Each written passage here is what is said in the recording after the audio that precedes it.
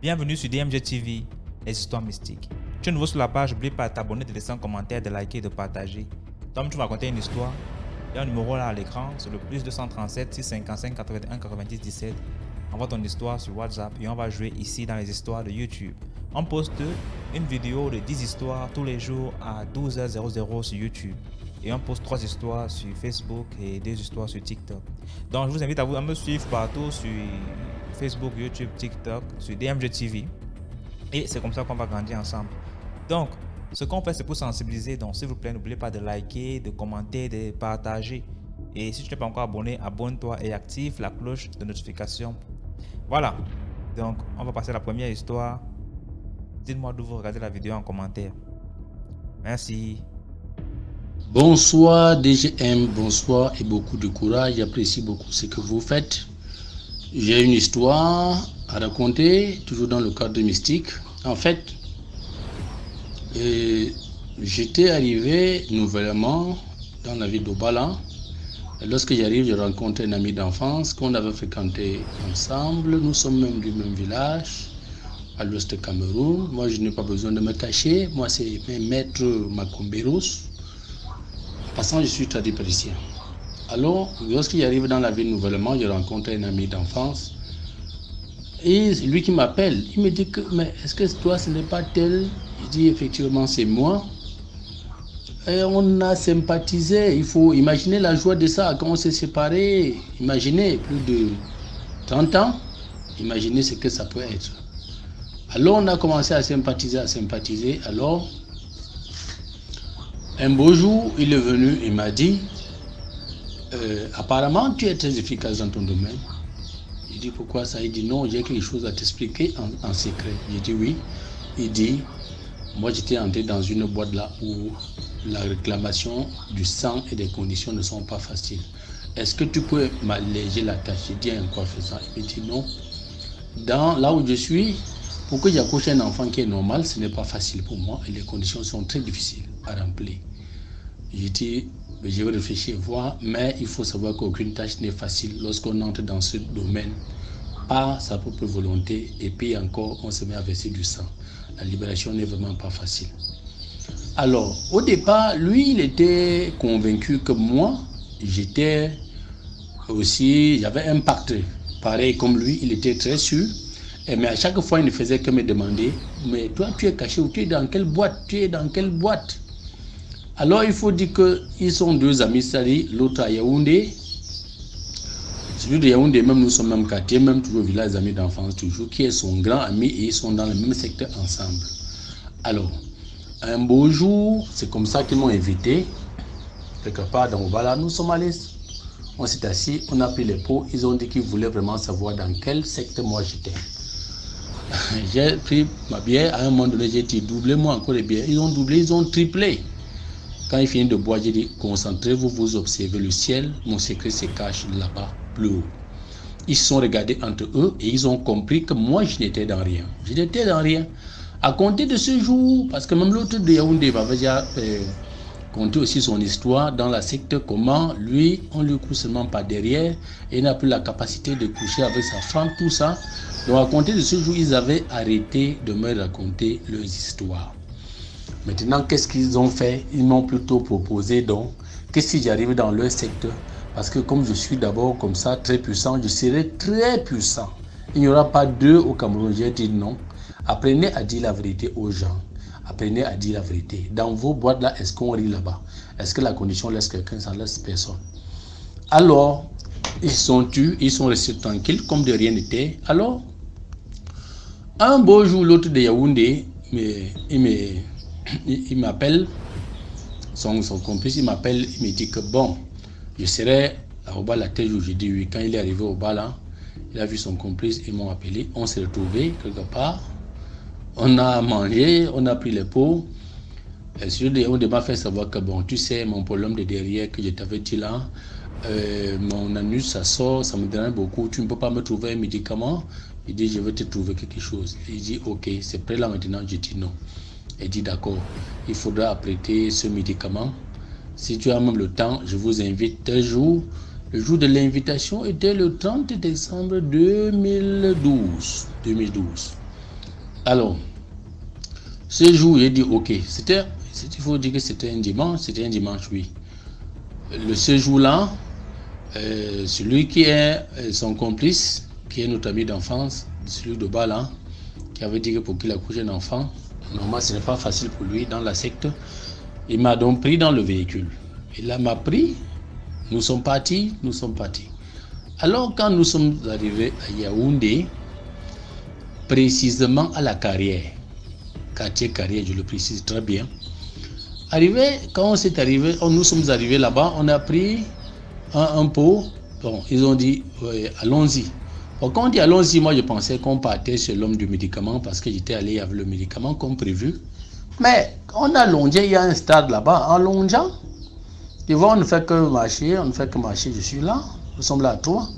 Mais pratiquement à moins 20 pas, celui de bas, la présidente de un bâtiment, il dit que non, on a besoin d'un homme comme moi. Si j'entre dans leur réunion, là, vraiment, on va couler la dalle, on va faire vite. Moi, je suis quelqu'un de très fort. J'ai commencé à dire que donc nous sommes tentés d'aller à la réunion. Ils disent oui. Ils disent mais comment? Est-ce que vous m'avez prévenu? Moi, je ne vais pas à la réunion, on fait quoi? Bon, dans tous les cas, je n'y vais pas à la réunion. C'est comme ça que je les laisse. Ils ont insisté. J'ai dit non, je n'y vais pas. Je suis rentré là où on avait garé la voiture par derrière parce que la voiture ne faut pas arriver. Je suis donc rentré. En rentrant, son ami de Yaoundé dit que ok, arrive là-bas, tu donnes mon nom, mon adresse, comme ça tu demandes là-bas de te servir. Je suis donc allé, je me suis assis. J'ai dit que ok, c'est elle qui m'a envoyé, il préfère ne pas nommer le nom, c'est elle qui m'a envoyé, on a dit ok, pas de souci. Vous prenez quoi? On m'a servi, j'ai mangé un plat, j'ai continué à prendre ma bière. À un moment donné, ils ont jugé que non, si j'ai quelque chose dans la poche, il faut que je vide cet argent parce que dans l'opération qui va se passer, on doit chercher à me coincer beaucoup. Ils ont envoyé comme ça, quelqu'un rapidement dit à cette femme que si quelqu'un est en train de prendre quelque chose au nom de tel, ne validez pas. C'est comme ça que tout de suite, je vois la dame qui s'est fait chanter et vient dire, mais qu'est-ce qu'il y a? Qu'un homme vient d'abord s'asseoir dans un milieu, il prend quelque chose, il dit que c'est un autre homme qui paye. Je dis, madame, il y a un problème. Elle dit oui, elle dit non, il faut me payer. J'ai dit ok. Votre facture s'élève à combien? Elle m'a donné mon temps. Elle dit ok, il faut continuer à me servir. J'étais là aussi, j'avais remarqué certains amis, mon beau-frère même ce jour aussi, tout ça. Moi, je l'ai donné à boire. Elle dit ok, c'est moi qui paye ma facture, il n'y a pas de souci. Ils ont fini à la réunion, ils sont arrivés au nombre de 7. Là, nous sommes déjà dans l'après-midi, parce que nous étions partis le matin, les affaires de 8h30. Nous sommes déjà dans l'après-midi. Ils sont arrivés les affaires de 14h. Ils étaient à 7. Comme dans ce bar, il y a un conteneur posé, et il y a une entrée, et comme on a aménagé un peu le derrière, c'est-à-dire on passe à l'angle du conteneur pour aller s'asseoir derrière. Et le derrière là n'a pas assez de place. Donc on ne peut pas s'asseoir pratiquement là-bas plus de 10 personnes, non. Ils sont arrivés à 7, ils sont assis de façon qu'une autre personne ne peut plus entrer là-bas. Bon, et ils étaient à 7, habillés tous en noir. Ils m'ont appelé, je suis entré les retrouver. Ils ont demandé tu bois quoi? J'ai donné mon goût, je prends la musique, on a donné la bière. Il faut dire que j'avais déjà bien bu, mais comme moi je ne saoule jamais, quand je sors pour prendre le pot dehors, je suis tellement averti, je ne saoule jamais parce que je suis préparé. Toujours, je ne saoule jamais à l'extérieur. C'est interdit pour moi. J'ai pris la bière, ils ont commencé à me fixer un genre. Quand j'ai d'abord vu le nombre 7, j'ai compris qu'ici il y avait une situation de très compliquée, une situation de très incontournable. Je suis resté là, quand j'ai pris ma bière, ils ont dit que toi tu tournes combien dans la vie? Ici dans le club, si tous ceux qui sont là, celui qui ne tourne rien ici tourne minimum 50 millions, tu tournes combien? Ça c'est son complice de Yaoundé qui parle comme ça, et l'autre qui est au bas là, que nous sommes ensemble même ici, il appuie. Quand ils ont fini de parler, ils ont fini de faire tout ce qu'ils ont fait là-bas, ils ont fait beaucoup de signes. Nous sommes sortis, on est entré dans le véhicule. Je vous jure que leur but était de me donner tellement à boire de façon que je puisse saouler. Mais comme il est impossible pour moi de saouler à l'extérieur, jamais. Moi je ne saoule pas, là où il y a des gens, non. Nous sommes sortis, on a fait des escales, ils m'ont donné à boire, whisky, vin rouge. Finalement, jusqu'à 19h, ils m'ont entraîné au niveau de Flamenco à Yaoundé. Nous sommes arrivés par le bas. Quand on entre dans le premier snack, à gauche, Ils ont acheté un whisky, on vient déposer. Et quand on dépose le whisky, il faut dire que partout on fait escale pour boire. Moi, c'est moi qu'on veut que je dois boire. Eux, ils ne boivent pas. Et celui de bas là joue au sommeil. Il fait semblant de dormir. Il joue au sommeil. Avant d'arriver dans ce snack-là, on a fait escale dans un très grand hôtel de la place de Yaoundé. Je préfère taire le nom, dans un très très grand hôtel. On est arrivé, on est entré au sous-sol en bas. Et comme dans la vie, lorsque vous pensez bien de quelqu'un, vous allez le voir. En partant ce jour, j'avais dit que ouais, je voulais voir un ami, un camarade aussi, toujours de la même promotion qu'à Yaoundé. Quand j'ai parlé comme ça de ce gars, arrivé quelque part, on a vu le garçon là passer. C'est moi qui l'ai appelé. Quand j'ai appelé le garçon, et il est venu, il s'est mélangé à nous. Finalement, on a donc évolué comme ça, on est arrivé dans le très grand hôtel de la place. C'était déjà l'échec pour eux. Parce que dans le très grand hôtel de la place, qu'est-ce qui s'est passé? Nous sommes entrés plutôt au sous-sol. Entrés au sous-sol, arrivé au sous-sol, il y avait une seule blanche. Et la blanche qui était au sous-sol était une fantôme qu'on avait utilisée pour la mission. Pourquoi fantôme? Je l'avais su très vite parce qu'il y avait des miroirs dans cette salle, au sous-sol de ce très grand hôtel. Mais l'image de la dame, de la blanche, ne reflétait pas au miroir. Et là, j'avais su que, ok, j'avais affaire à une fantôme, on voulait l'utiliser. Maintenant, ils m'ont proposé de coucher avec la blanche, qui est très belle. J'ai dit non. Moi, je ne peux pas. Je n'aime même pas les blanches, elles ne sont pas belles pour moi. Moi, j'aime mes soeurs africaines. C'est comme ça que je lui réponds. Directement, on a fait demi-tour. On est ressorti sans rien prendre là-bas. On n'a pas pris de pot. Ils m'ont amené directement à Flamenco. Nous sommes sortis par le bas. On entre dans le premier snap. Ils ne boivent pas. Ils achètent des whisky. On dépose devant moi. Ils disent que non, ils m'aiment beaucoup. Et voilà. J'ai dit oui. Ils voulaient me voir boire. Je prends un peu, je prends les observants. Quand on finit là-bas, ils disent directement qu'on change encore de milieu. On change de milieu, on arrive encore, on monte. On est toujours à Flamenco, mais on monte légèrement en haut. On entre dans un autre snack, toujours à gauche, notre gauche. Ils achètent encore un whisky, ils déposent. Pendant que je suis là avec le whisky, l'autre que nous sommes ensemble à Obala, lui, il se plonge dans le faux sommeil. Il fait tout semblant de dormir comme s'il est fatigué. Il fait semblant de somnoler. Or, en l'observant, il ne somnolait vraiment pas. Non. Alors, je prenais le whisky tranquillement avec les glaçons. L'autre de Yaoundé, il part, il revient avec une femme. Il dit que non.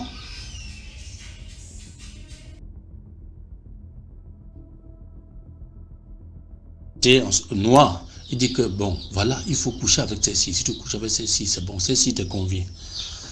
Directement, quand il est en train de parler, la femme vient, elle lance la main, elle veut m'embrasser. Moi, je dis non, attention, qu'est-ce qui se passe? Moi, je ne veux pas. Je dis non, je ne veux pas. L'homme insiste, je dis non, je ne veux pas. Je ne veux pas. Et jusque-là, la femme est restée à côté de moi. Elle est restée là. Bon, on a pris le whisky. Finalement, j'avais faim. Je dis que bon, il me faut manger.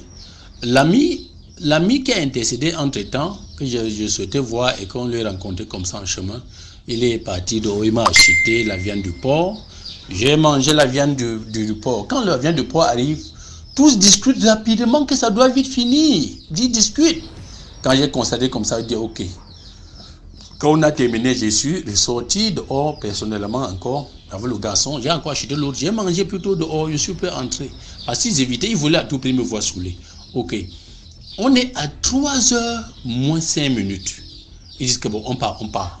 On sort maintenant. Le whisky n'a même pas été terminé. On n'a même pas fini. Nous sommes sortis en ce moment. L'autre garçon qui m'a acheté le porc, l'ami qu'on a vu en chemin, lui, entre-temps, il est rentré. Nous sommes restés donc à 3. Avec celle que j'ai refusé de coucher avec elle. Bon, quand il est 3h moins 5 minutes, ils disent que allons, on sort. Nous, on sort donc, nous sommes à 3. Je ne sais pas la décision que la femme avait prise, ça a été laissé dans le snap. Nous, on sort à 3. Quand on sort à 3, celui de Yaoundé, il nous dit au revoir. Nous entrons dans la voiture. Celui d'Obala, il avait, cette époque-là, une Carina E. Il entre dans la voiture, il est au volant. Moi, j'entre aussi devant, à bord. Il demande la voiture, l'autre derrière dit au revoir. Quand on monte dans la colline de Flamenco, quand on monte, on finit la colline, on avance donc tout droit. La route est de deux côtés, il y a le trottoir au milieu. Je vous jure la qualité que ce garçon a accéléré le véhicule. Je prends l'exemple toujours pour ceux qui ont vu le film de Michael Nye, comment la voiture s'envole. Moi, j'ai vu le tableau de la Carina E fini à 200 et poussière. J'ai vu le compteur fini. Je tape le garçon, lui demande qu'est-ce qui se passe. Il ne me regarde pas, il ne me gère pas. C'est comme ça que quand vous voyez, on part donc tout droit. Il y a un carrefour là devant. Je ne maîtrise pas très bien la ville de Yaoundé, mais je vois la voiture commence à traverser, ça traverse la route, ça part de l'autre côté comme rien. Ça revient de ce côté comme rien. Et directement, on arrive au carrefour là, on traverse le carrefour, on botte. On traverse les rigottes, on botte un poteau et néo, on casse une barrière. Le gars sort, moi aussi je sors. Il me regarde, il dit, mais directement son ami de Yaoundé, qu'on s'est déjà dit au revoir depuis, lui il sort derrière. Il dit, qu'est-ce qui vous est arrivé? Qu'est-ce qui vous est arrivé? Eh, vous avez fait l'accident. Directement son ami me prend, il me met dans la voiture, il stoppe un taxi, il dit, allons-y. Alors allons à l'hôpital, allons à l'hôpital. Moi j'entre dans le taxi derrière, lui il entre devant. Moi je suis assis derrière le taxi, peinture jaune. Je suis assis plutôt derrière le chauffeur.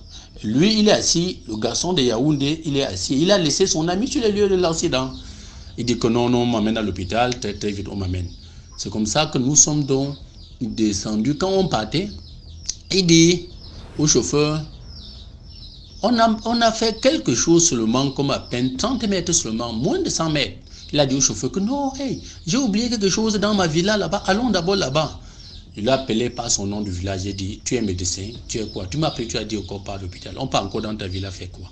Allons-y à l'hôpital. Il dit, bon d'accord. Parce que là, le chauffeur cherchait déjà à tourner la voiture. J'ai dit au chauffeur que tu ne me connais pas. Si tu tentes de faire le contraire, que de ce qu'on t'a interpellé pour ça, moi je vais te briser le cou tout de suite là. Il a eu peur, on m'a conduit à l'hôpital. Et laissez-moi vous dire que le centre hospitalier n'était pas loin de là. Absolument pas loin. En descendant donc, nous sommes donc arrivés à l'hôpital. On a garé, moi je ne connaissais pas l'hôpital, mais toi Simon connaissait. Quand on est arrivé là-bas, on est entré. C'est-à-dire le portail de ce centre de santé, on a plutôt mis les fers de manière que on a décalé les fers. Quand vous êtes à l'extérieur, vous voyez les gens à l'intérieur à la cour. Très bien. Quand vous êtes à l'intérieur, vous voyez à l'extérieur. On garde, donc nous sommes entrés. Quand nous sommes entrés, on a trouvé ceux qui étaient de garde. Là, nous sommes déjà à 3 heures quelque chose. On a trouvé tous ceux qui étaient de garde. Nous sommes entrés. Le garçon de Yaoundé dit, oh, on a fait l'accident. Occupez-vous de mon frère si voilà.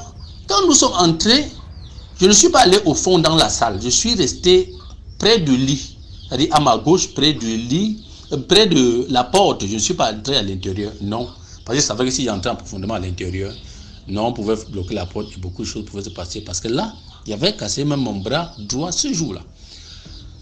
Alors, chose curieuse, le garçon appelle tous les docteurs. C'est-à-dire que tous ceux qui étaient de garde là, les hommes comme les femmes, ils sortent. Ils sont allés se concerter loin à la cour. Quand ils ont fini de se concerter, ils sont entrés. J'ai vu tout le monde s'est mis à se précipiter. Il dit seulement que soignez mon frère vite. Ça, c'est un frère qui me coûte très cher. Le plastique noir que vous voyez qu'on vend généralement à 100 francs, là, le gros plastique là, il y avait l'argent dedans rempli. Le garçon est entré. Quand ils sont entrés avec les médecins là, il est parti poser le plastique là sur le second lit qui était à côté de moi. Il dit, voilà, c'est les 50 millions. Prenez les 50 millions là et vous soignez mon frère si très très bien et vite. Là, je sais ce qui va se passer. Je sais qu'on doit utiliser le pouvoir des formules pour me maîtriser. Je me suis levé rapidement, quand on était près de la porte. Je suis sorti. Il ne s'attendait pas à un geste pareil. Quand je me suis retrouvé à la cour, je sortais. Là qu'on a fait l'accident, je n'ai pas su qu'il y avait une gendarmerie, soit un poste de gendarmerie quelque part là-bas, parce qu'il y a un gendarme qui nous a suivis. En sortant, donc, je suis à la cour, j'invoque une prière. Le garçon donc, de Yaoundé, il dit non, ça ce sont des erreurs, il ne faut pas prier, il ne faut pas. J'ai dit c'est ton problème. Le temps d'évoluer avec la prière, je vois un gendarme s'amener. Le gendarme s'amène. Je dis au gendarme à distance que, attention, nous sommes tous dans le club mystique, dans le club fort. Mais toi ne viens pas mal. Moi, je disais ça dans le sens où je pensais qu'on pouvait corrompre celui-là pour pouvoir aussi m'atteindre facilement. J'ai donc fait peur au gendarme. Il a eu tellement peur. Il est resté, m'a regardé. Je suis sorti. Quand le gendarme me regardait, je suis sorti. J'ai stoppé la moto qui est passée. Il dit, moto, arrête-toi. Il me dit, Il s'est arrêté, il me dit, on va où, monsieur? J'ai dit, les buveurs de sang sont là, ils voulaient à tout prix boire de mon sang et tu me demandes la destination pour aller où? Amène-moi seulement. Je suis monté sur la moto, c'est comme ça que la moto, j'ai dit accélérer, il a accéléré. Nous sommes partis. Le film s'est arrêté là-bas. Ça, c'est mon histoire que je voudrais vous donner, vous raconter. Méfiez-vous avec le dehors, méfiez-vous, méfiez-vous. Et je suis là sur place à Obala avec celui que je parle là. Je suis là sur place. Et plus tard, il a tenté de vouloir camoufler même cette histoire. Je lui avais dit, cette voiture que tu as voulu livrer, me vendre, que tu as utilisé pour pouvoir me vendre là, roule avec ce véhicule, je saurais que vos sectes-là sont plus puissants que la nature. Alors il est entré un jour avec cette voiture-là parce qu'il avait tout fait pour faire la tollée. Il avait tout fait pour masquer la situation. Moi, j'étais là. Il est allé à Bafia, il est entré sous un camion, il est sorti. Et l'histoire que je vous raconte, laissez-moi vous dire que j'ai déjà raconté ça à la radio Leki à Obala plusieurs et plusieurs fois. Merci, c'était ma contribution. Bonsoir à vous. Merci beaucoup pour l'histoire. Donc voilà. Maintenant, on va passer à la deuxième histoire. Je vous laisse d'abord apprécier la première histoire, liker, commenter, partager. On passe à la deuxième histoire.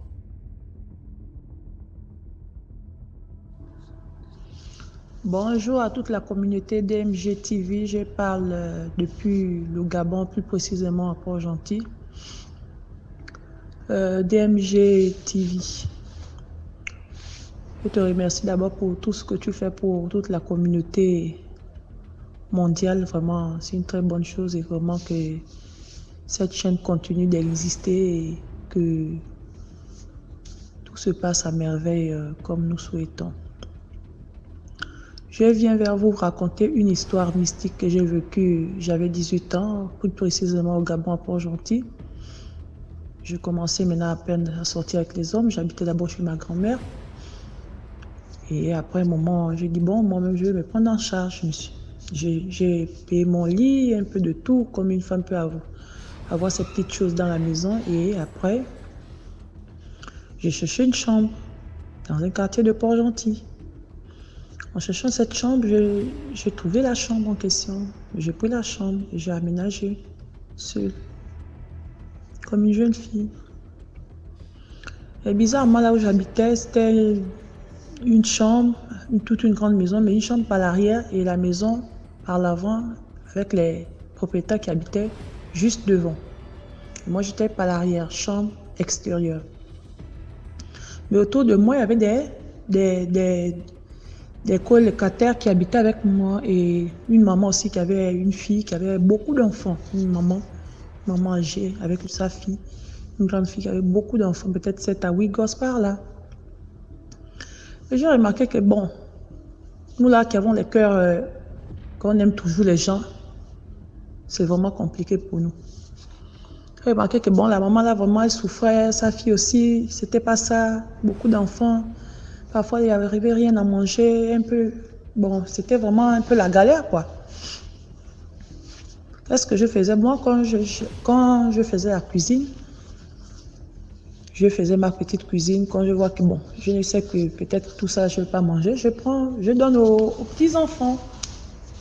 Je dis, j'appelle la maman, je dis, j'ai préparé un peu. Il y a un peu la nourriture qui est là.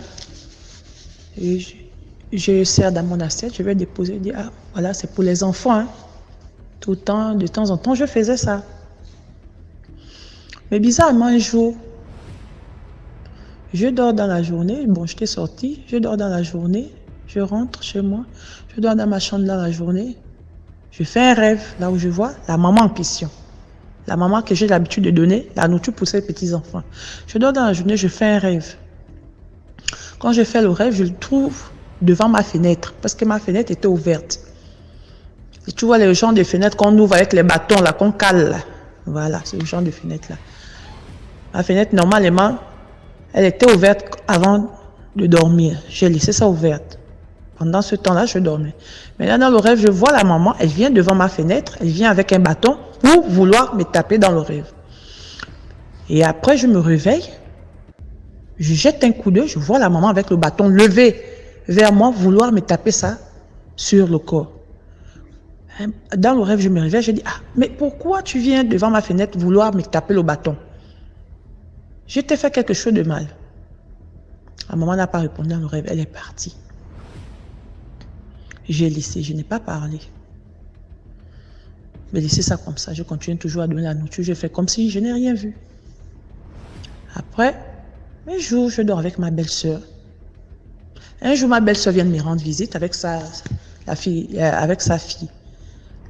La copine à mon grand frère, elle a fait un enfant avec mon grand frère, la première fille de mon grand frère. Elle est venue avec l'enfant, ma belle-sœur. Elle vient me rendre visite. Elle a dit, ah bon, moi je vais passer le week-end ici avec toi. Quand on passe le week-end ensemble, dans la nuit, d'abord, on passe d'abord le week-end dans l'obscurité. Ils ont coupé le courant. Je me suis plaint, ah, comment je dors dans le courant? J'ai payé mon unité, mais je dors dans le noir, comment? Il y a quel problème? Ils ont dit, non, laisse, on va arranger ça demain et tout et tout. J'ai dit, ok, il n'y a pas de souci. Dans la nuit, quand on dort, j'ai payé une bougie que j'ai mise au sol. Mais dans la nuit, bizarrement, dans la nuit, quand je dors, je me réveille. Je ne sais pas, souvent, moi, j'ai l'habitude de me réveiller la nuit. Je ne sais pas pourquoi. Parfois, il y a des jours même que je n'arrive pas à dormir, mais il y a des jours que je me réveille la nuit. Souvent, il y a des heures que je me réveille vers les 3 heures, 4 heures. Il y a souvent des heures que je me réveille, souvent. Je me réveille vers 3 heures. La bougie était encore allumée. En face de moi, parce que moi, j'étais devant. Ma belle-sœur était par l'arrière et l'enfant était au milieu. Moi, j'étais devant. Quand je me réveille dans la nuit, j'aperçois DMG, je te jure que ça, j'ai vécu de ces histoires mystiques-là, non. J'aperçois bien une silhouette d'une femme, la silhouette de quelqu'un sur mon mur. Silhouette, hein, je ne vois pas la personne, mais rien que la silhouette dessinée sur le mur. Je dis, DMG, je te jure que le jour-là, j'ai eu la chair de poule. La chair de poule, parce que je n'avais jamais vécu ce genre d'histoire. Après quelques minutes, la silhouette est restée là. Après, ça a disparu. Maintenant, au moment là où je veux maintenant refermer les yeux, je sens comme s'il y avait quelqu'un qui tirait le drap par l'arrière. Je regarde ma belle-sœur dort. Je regarde l'enfant dort. Mais qui tire maintenant le drap? Je me suis réveillée, j'ai fait ma prière. Ça s'est calmé. Après le matin, je me suis réveillée, j'ai parlé. J'ai parlé, j'ai dit, moi je suis venue ici louer, je ne dois personne ici. Je ne dois personne ici. Je paye la maison comme cela se doit, je paye le courant comme cela se doit, je paye de l'eau comme cela se doit. Donc je ne dois personne ici. Et si quelqu'un me tente ici, là, je ne suis pas de votre sang, je ne suis pas de votre famille. Je n'ai rien à voir avec vous. Et si vous avez vos choses, sincèrement, arrêtez de venir me visiter. Je ne suis pas de votre sang. Je ne suis pas parenté avec vous. Donc, que la personne qui continue à faire ça, qui continue à venir me visiter souvent, cette personne-là ne me connaît pas. Moi aussi, je suis l'enfant de quelqu'un. J'ai une famille, ce n'est pas parce que je suis venue rester ici, je suis une jeune fille, j'ai des parents. Si ça continue comme ça, là, cette personne-là et sa famille et lui-même, ce qui va l'arriver. Parce que moi, je ne m'amuse pas avec les gens. Je suis bien, mais je n'aime pas quelqu'un qui me dérange. C'est comme ça que je suis restée là-bas. Plus jamais je n'ai vu ce genre de choses-là. Bon, bonne journée et merci encore et portez-vous bien. Voilà. Merci beaucoup pour l'histoire. Donc, s'il vous plaît, laissez des likes, partagez, commentez. On passe à la troisième histoire. Oui, alors DMG TV, c'est Sia Yildiz d'Istanbul en Turquie. Merci beaucoup pour ce que vous faites pour la communauté africaine et sur la terre africaine et en diaspora aussi. Merci beaucoup. Et aussi pour les autres, hein, parce que certains d'entre nous racontent un peu Bon, on ne raconte pas tout, on ne veut pas qu'ils aient peur de nous. Donc merci beaucoup, vraiment. C'est vraiment un code de la route de la vie, en fait. Donc, j'invite tout le monde à liker et à partager. Parce qu'en le faisant, nous allons toucher quelqu'un qui en a vraiment besoin quelque part. On ne sait pas, peut-être même près de nous, tout proche de nous. Donc, je vous invite vraiment à liker et à partager, c'est très important. Nous pouvons sauver une vie et peut-être nous allons y sauver des vies sans nous rendre compte. En tout cas, vous avez sauvé la vie de mon petit frère déjà, d'une façon ou d'une autre. Ok, donc maintenant, je vais vous raconter un petit truc. J'ai dernièrement écouté une émission, c'était une émission américaine, je m'en souviens plus parce que je travaillais en même temps et j'écoutais, donc je n'ai pas eu la présence d'esprit de voir exactement, donc de lire le lien YouTube, non, de copier le lien YouTube. L'histoire, en fait, c'est un Américain, je crois qu'il est au Texas, il racontait, il disait, une de ses copines est allée elle était allée dans un bar ou un truc, elle a rencontré un gars et elle est allée pour un white night stand. Donc, en fait, bon, elle voulait juste un truc d'une soirée, une passade, en fait. Et elle est partie avec le gars, ils ont fait ce qu'ils ont fait. Le lendemain, ou si je me trompe, peut-être 2 jours après, se rend compte qu'elle a des boutons qui apparaissent au niveau de la poitrine et un peu du visage, comme ça, des petits trucs là qui apparaissent un peu, comme si ça commence un peu comme une allergie. Tu vois les petits boutons qui sortent souvent là. Pour ceux qui ont par exemple des allergies saisonnières là à cause du pollen et tout ça, ils comprendront. Et ça démangeait un peu. Et puis, plus tard, je crois 3 jours après, comme ça, donc ça, c'était vraiment en train d'évoluer. Les boutons devenaient de plus en plus gros et ça démangeait vraiment. Donc, elle va voir premièrement, elle se dit, OK, elle a fait un white night stand et ils ont porté les préservatifs, sont protégés. Mais le monsieur a insisté il a dit que c'était son fantasme, mais il a insisté pour éjaculer sur son visage, donc sur sa poitrine. Et il y a eu des gouttelettes qui ont aussi touché son visage. Elle va voir le médecin, elle lui en parle. Il fait tous les tests et tout ça. Non, ce n'est pas une maladie vénérienne et tout. Il l'envoie alors chez le dermatologiste. Il lui demande, elle y va. Et le monsieur essaye, tu vois, il perce les boutons, il retire le puits, ils vont faire les trucs, ils prennent le sang et tout ça. Après avoir fait tous les examens, il appelle, lui dit, bon, madame, en fait, ce sont des parasites. Elle se demande quoi, mais comment?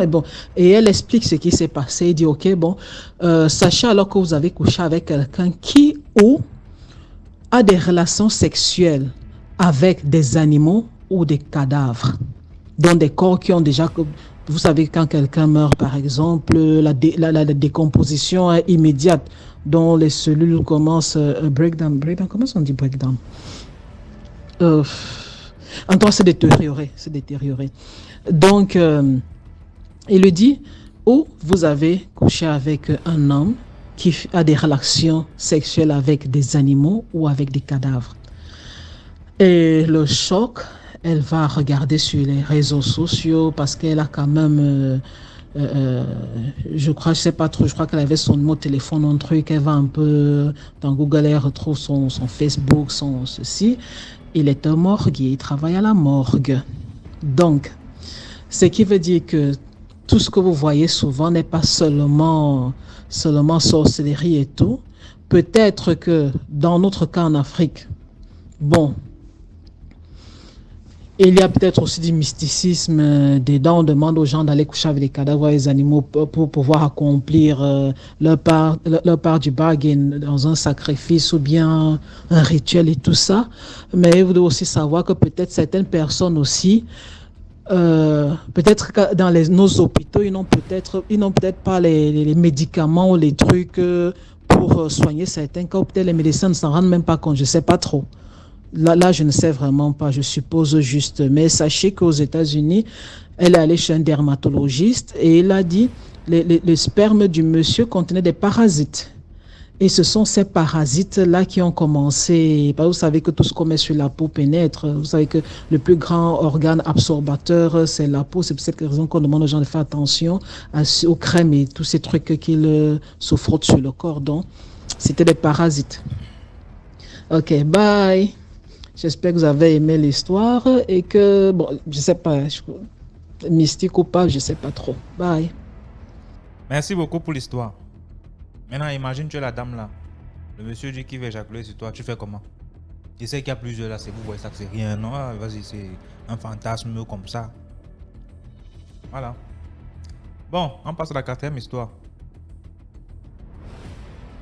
Bonsoir à tous. J'aimerais vous partager mon histoire parce que jusqu'ici, j'ai fait la remarque que la plupart des histoires s'accentuent sur le fait que ce sont les longs yeux des filles qui les amènent dans certaines situations difficiles. J'aimerais vous montrer que ce n'est pas toujours à cause de ça. Bon, mon histoire date d'il y a 3 ans. J'avais 17 ans, je venais d'avoir le bac. Et j'ai eu mon bac avec une bonne mention vu que j'étais une jeune fille assez intelligente au lycée. Quand j'ai eu mon bac, j'ai tenté les concours d'ingénierie, mais malheureusement, je n'ai pas eu. J'ai donc été obligée d'aller faire l'université. Le premier semestre d'université, j'ai tout validé sans trop de problèmes. Et puis, au second semestre, j'ai fait la rencontre d'un gars qui était en fin de formation. Je vais le nommer X. Ce gars, on s'était rencontrés au campus de l'université. C'était une université publique de Douala. Le jour qu'on se rencontre, le gars fait genre... Il a eu le coup de foudre pour moi. Ça n'est jamais arrivé dans sa vie. Tout le blablabla des gars, on connaît ça. Et de mon côté, ce n'était pas trop ça. Le coup de foudre n'était pas partagé. Mais bon, il était tellement dans le forcing avec moi que à la longue, non, j'ai fini par céder. J'ai fini par tomber amoureuse de lui également. C'est comme ça que... et je rappelle que X venait d'une famille très pauvre. Ce qui fait que financièrement, il n'était pas stable. Il était encore un étudiant. X était un gars très ambitieux, très dynamique, polyvalent et c'est la qualité que j'appréciais le plus chez lui. C'est comme ça que tout au long de la relation, X était tout simplement irréprochable. Il était très attentionné envers moi.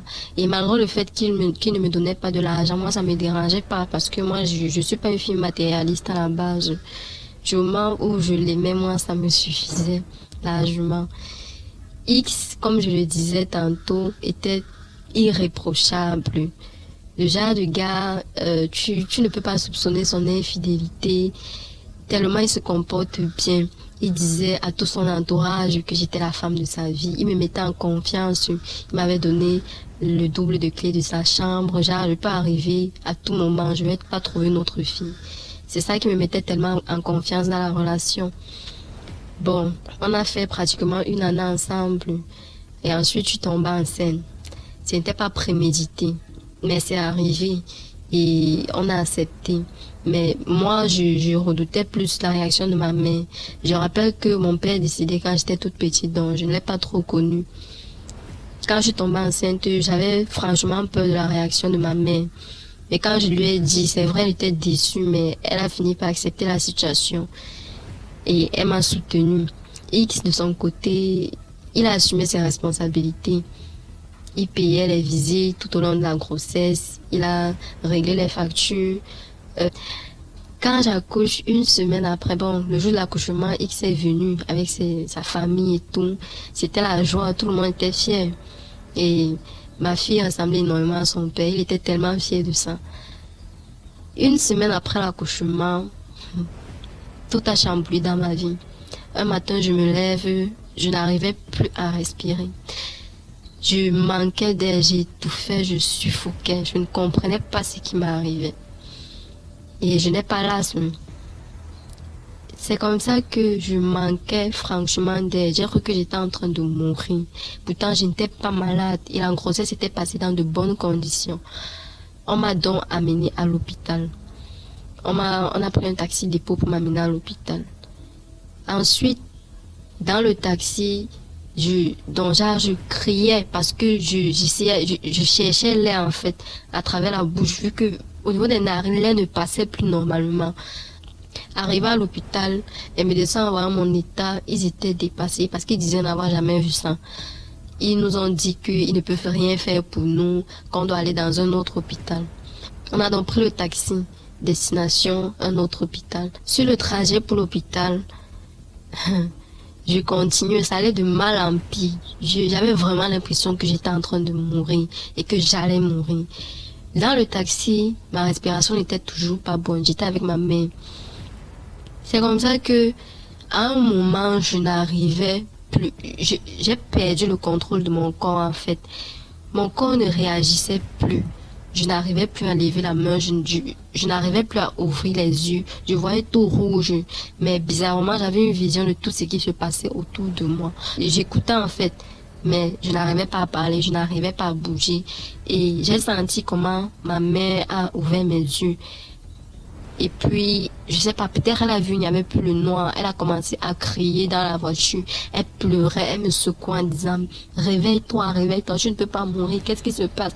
Elle pleurait et tout et tout. De mon côté, je voulais réagir, je voulais lui dire que je suis là, je ne suis pas morte. Mais je n'arrivais pas à réagir. J'avais perdu le contrôle de mon corps. Elle me secouait, elle pleurait que ma fille, tu ne peux pas mourir, qu'est-ce qui se passe, tu n'étais pas malade. C'est comme ça que on est arrivé à l'hôpital. Une fois à l'hôpital, j'ai senti comment on me portait pour me mettre sur la chaise roulante. Et une fois sur la chaise roulante, comme j'ai dit, j'avais une vision de tout ce qui se passait autour de moi. Je voyais ma mère s'enrouler au sol en pleurant. Elle faisait déjà le deuil. Moi, de mon côté, j'étais dépassée que c'est quelle situation ça? C'est le rêve ou bien je suis vraiment en train de vivre ça? Ensuite, on m'a porté, on m'a mis sur le lit d'hôpital. Une fois sur le lit d'hôpital, j'ai vu le docteur venir. Il a essayé de m'examiner avec son stéthoscope et tout. Et puis, il a tourné la tête. Il est parti voir ma mère. Il a dit à ma mère que c'est fini, qu'il ne peut plus rien faire pour moi. Ma mère a commencé le deuil. Elle cravatait le docteur en pleurant que non, ma fille ne peut pas mourir. Elle n'était pas malade. Ça ne peut pas se passer comme ça, Seigneur. Pourquoi tu me fais ça? Elle pleurait à chaudes larmes. De mon côté, j'étais sur le lit. Je voulais me lever, je voulais réagir, mais mon corps ne répondait plus. Je me disais seulement, donc c'est ça la mort. Donc c'est comme ça quand on meurt. J'étais dépassée. C'est comme ça que je priais seulement intérieurement en moi, en disant au Seigneur que papa, moi, je n'ai jamais fait du mal intentionnellement à quelqu'un. Je sais pas pourquoi ceci est en train de m'arriver. Je ne peux pas mourir maintenant. Je n'ai pas encore réalisé ce pourquoi j'étais ici sur la terre. Je ne peux pas mourir aussi jeune. C'est ça que moi je me disais intérieurement. Et ensuite, je pense que c'est pas un miracle de Dieu. Je suis revenue à moi. J'ai repris possession de mon corps en fait. Je réussissais à nouveau à bouger ma main, à parler. Parce que quand le docteur est venu me voir, il était dépassé, il était ébahi parce qu'il dit que comment c'est possible. Il disait que cliniquement ça ne s'explique pas parce que je ne présentais plus aucun signe de vie, qu'il ne comprend pas. Ma mère n'était même plus à son problème. Elle était tellement fière de me voir vivante et moi également. On croyait que c'était la fin de nos problèmes sans savoir que c'était le début, vu que après cette phase-là, j'ai commencé à faire des crises. Je faisais des crises. Les crises se manifestaient comment? Je perdais connaissance toutes les 1 heure de temps. Je tombais, je perdais connaissance. Et j'étais fatiguée tout le temps. J'étais tellement fatiguée. J'avais une fatigue généralisée du corps qui m'empêchait de marcher, de manger, de me laver. Je ne faisais rien seule. Ce qui fait que ma mère faisait tout pour moi. Elle me nourrissait, elle me lavait. On me portait seulement pour me déplacer d'un endroit à un autre parce que je ne pouvais pas marcher toute seule. C'était tellement difficile pour ma mère parce que il y avait non seulement ma petite fille et moi-même. Donc, c'est comme si elle avait 2 bébés d'un coup. J'étais même plus bébé que mon enfant. Vu que moi, j'étais une grande personne, mais elle devait tout faire pour moi. Chaque soir, elle pleurait. Elle pleurait en voyant ma situation. Surtout qu'il n'y avait personne dans la famille pour l'aider. Elle a tout supporté seule. C'est comme ça que j'ai passé des mois en allant d'hôpital en hôpital sans solution, sans amélioration. J'allais de mal en pire en fait. Je me voyais mourir. J'avais perdu toutes mes forces. Je ne pouvais plus rien faire seule. J'étais devenue pire qu'un bébé. Ça a vraiment été la situation, la période de ma vie la plus difficile. Et surtout, le pire dans tout ça, c'est que les examens ne montraient rien. Tout était normal dans les examens, mais ma situation, vraiment, ça n'allait pas. Les docteurs n'expliquaient pas, n'arrivaient pas à expliquer ce qui ce qui me causait en fait cette maladie. Personne ne comprenait. C'est comme ça que, en voyant mon état un jour, ma grand-mère, elle a dit, vous n'allez jamais trouver guérison en restant à l'hôpital. Que ce qui est sûr, ma maladie n'est pas clinique. Parce que si c'était clinique, c'est que depuis, les médecins devaient voir un problème. Mais si jusqu'ici, ils n'ont rien vu, c'est que la solution n'est pas là. Que si on reste ici, là, c'est la mort qui va me trouver. C'est ainsi que moi et ma mère, nous sommes assez religieuses, donc on n'avait jamais exploré l'hypothèse du mystique. Mais par désespoir, on a fini par céder. Ma grand-mère nous a alors amenés au village. C'est comme ça qu'arrivé au village, on a consulté un marabout. Le premier jour qu'on arrive au village, le matin, on part chez le marabout. Arrivé chez le marabout, j'ai remarqué qu'il était très confiant, très sûr de ce qu'il disait. Il nous a dit une seule chose, que la personne qui est responsable de ma maladie va mourir. Et il va mourir dans les plus brefs délais. Moi, je ne le prenais pas trop en considération. Parce que moi, je me disais que les marabouts sont tous des arnaqueurs. Ils cherchent juste l'argent. C'est ce que moi, je me disais avant. Donc, je ne prenais pas trop ce qu'il avait dit là en considération. Le soir du jour là, c'est X qui m'appelle en pleurant au téléphone. Il me dit que son père vient de mourir dans un accident de voiture et que c'est lui le seul qui est mort. Quand X m'a dit ça, j'étais dépassée. Je ne comprenais pas. J'essayais de faire la liaison avec notre passage chez le marabout. J'essayais, je ne savais pas s'il y avait un lien. J'étais juste dépassée. On est donc, le lendemain matin, on est allé chez le marabout. Le marabout nous a tout expliqué. Et c'est là que tout est devenu tellement clair dans mon esprit. Le marabout nous a dit ceci, que moi j'étais une fille, je suis une fille assez intelligente, mais j'ai juste fait une mauvaise rencontre dans ma vie. Une rencontre qui a été la source de tous mes problèmes jusqu'ici. Il me dit alors il nous dit à moi et ma mère que X vient d'une famille de sorciers et que la sorcellerie est héréditaire dans leur famille. Lui, c'est son père qui l'a initié. Son mode de fonctionnement, c'est lequel? Il cible les filles qui ont une étoile qui brille en fait. Il te drague et puis, normalement, vous allez avoir des rapports sexuels. Et puis, c'est sexuellement qu'il absorbe tes chances. Et tes chances-là, ça lui permet d'évoluer dans sa vie. C'est ça son mode opératoire. Le marabout nous dit alors que lui, il a déjà eu à faire ça à 7 jeunes filles et que moi, j'étais la 8e. Mais moi, l'objectif avec moi, c'est que non seulement il a absorbé mes chances tout au long de notre relation, mais en plus, il voulait me sacrifier à la fin. C'est pour ça que son père m'a lancé la maladie. Et c'est parce que c'est son père qui m'a lancé la maladie que, en faisant un retour à l'envoyeur, ça a pris son père. Et c'est son père qui est mort. Et il dit que maintenant, son père va travailler dans ses champs. C'est ça que le marabout nous a dit. Après la révélation, là, vraiment, j'étais tellement choquée. Je n'arrivais pas à y croire. Mais j'ai été obligée d'y croire parce que tout coïncidait.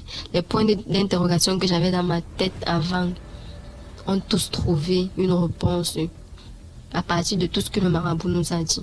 Parce que j'étais une fille intelligente au lycée.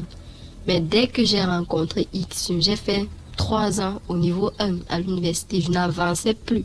J'ai fait 3 ans au niveau 1. Moi-même, je ne comprenais pas ma situation. J'avais l'impression d'avoir une sorte de poisse. Et bizarrement, X de son côté, il sortait major. Il est sorti major pendant ces 3 années-là. Il sortait toujours major de sa formation. Quand le marabout nous a révélé tout ça, franchement, j'étais choquée. Je n'arrivais pas à y croire que c'était la dernière personne, en fait, dont j'aurais pu, je vais dire quoi, même seulement imaginer être capable de ça. Genre le père de mon enfant, quoi. L'homme avec qui moi je me projetais dans l'avenir, c'est lui qui essayait de me tuer. Je pouvais imaginer ça de tout le monde, sauf lui, le père de mon enfant. Et c'est là que j'ai réalisé que tout était calculé dès le départ. Il ne m'avait jamais aimé. Son seul objectif était absorber mes chances et puis me sacrifier. Ça m'a choqué.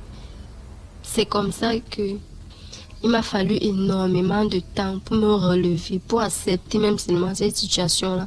Et après la révélation du marabout, j'ai bloqué X de partout, sans lui donner d'explication, parce qu'il ne méritait même pas d'explication venant de moi. C'est comme ça que, après mon passage sur le marabout, j'ai été complètement guérie. Et jusqu'aujourd'hui, je n'ai plus eu ce genre de maladie. Et puis, comme j'ai déjà coupé tout contact avec X, j'ai changé de ville avec ma mère et ma fille. Et depuis lors, tout va très bien dans ma vie, tout va pour le mieux. J'ai repris avec mes études, où j'ai terminé avec de très bons résultats. Et je ne peux que remercier Dieu de m'avoir sorti de cette relation toxique. Et aussi même de m'avoir fait traverser cette période difficile de ma vie. Parce que j'en suis ressortie grandie et plus forte qu'avant, surtout très persévérante. Voilà. Merci beaucoup pour l'histoire. Dites ce que vous pensez en commentaire. Moi, mon commentaire, je le réserve. On va passer à la 5e histoire. 5e histoire. Oui, bonjour DMG, bonjour à tous les internautes, tous ceux qui suivent l'émission. J'ai une petite histoire à raconter et je fais cette histoire-là, je la raconte depuis le Gabon. Voilà, c'est une histoire que ma mère a vécue. Bon, c'est une histoire qui est arrivée lorsque j'étais enfant. Donc ça s'est passé dans la ville de Lambaréné. Pour ceux qui sont ici au Gabon, ou ceux qui connaissent mieux le Gabon, connaissent Lambaréné. Et donc, nous sommes pas originaires de Lambaréné, nous sommes originaires de notre province du sud. Voilà. Mais nous sommes arrivés à Lambaréné parce que mon papa était affecté là-bas.